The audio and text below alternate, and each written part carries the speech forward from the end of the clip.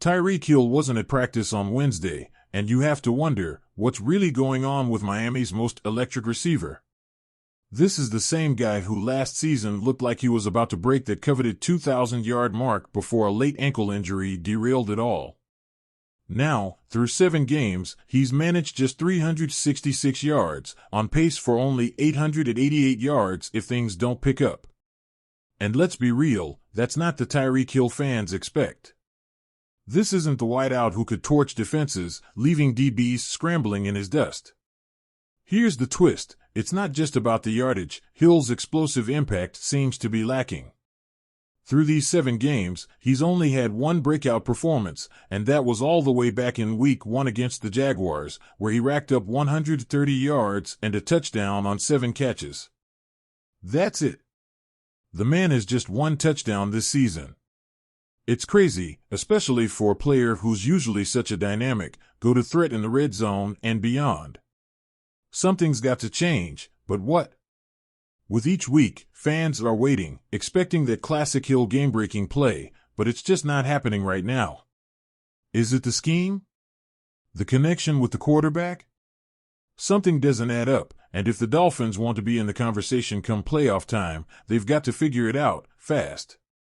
And here's the real pressure cooker for Miami. They're sitting at a rough 2-5 and about to face off against the 6-2 Bills. A loss here would be brutal, putting them 5.5 games back and giving Buffalo the head-to-head advantage. That's the kind of deficit that's hard to climb out of, especially with the season already feeling like it's slipping away. Miami needs this game like air. They need Tyreek Hill to be that spark. But can he be? Without him firing on all cylinders, the offense has looked like it's just missing something crucial, that X factor. Adding to Miami's headaches, the team has been making some moves on the practice squad, specifically on the defensive line. They've just signed Shaquille Brown, a former San Francisco 49ers practice squad player, after letting go of tackle Anderson Hardy. Now, Brown isn't exactly a household name. Coming out of Troy in 2023, he went undrafted and was cut by the Tennessee Titans before signing a short stint with the 49ers. The fact that Miami is bringing in extra depth on the defensive line could mean bad news for Zach Sieler, who's been struggling with an eye injury since practice last week. Sieler's absence could be a real blow, especially facing a powerful team like the Bills. You know Buffalo will test that Miami defense, especially if there's any weakness to exploit up front. Let's face it, Miami's defense hasn't exactly been the iron wall they need, and Sieler has been a big part of what they do up front. He's been dependable, and his toughness is hard to replace. But if he's out, and you're putting in a guy like Brown who's still unproven in real game situations, that's a gamble, and it might not be one Miami can afford right now. They already brought in Matt Dickerson on the practice squad a couple of weeks ago, another defensive lineman. You have to wonder if these moves hint at some bigger defensive struggles behind the scenes, maybe things we're not seeing play out on the field yet.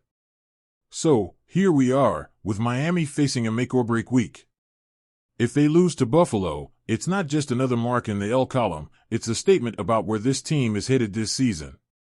Sitting 5.5 games behind the Bills would put them in a deep, dark hole.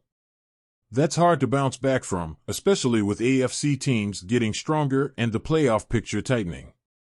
This is the kind of game where you need your top players to step up, your stars to shine. But Tyreek Hill's health is a question mark, and their defensive line is patching holes as they go. The stakes couldn't be higher. Every Miami fan knows that feeling, that tight knot in your stomach before a crucial game. This Sunday could be the turning point or the tipping point for the Dolphins season. If they can pull off the upset against Buffalo, it breathes new life into this struggling season, gives them a fighting chance in the AFC East. But if they lose, it's going to be an uphill battle, one that might be too steep to climb. It's do or die, and for the Dolphins, the pressure is on like never before.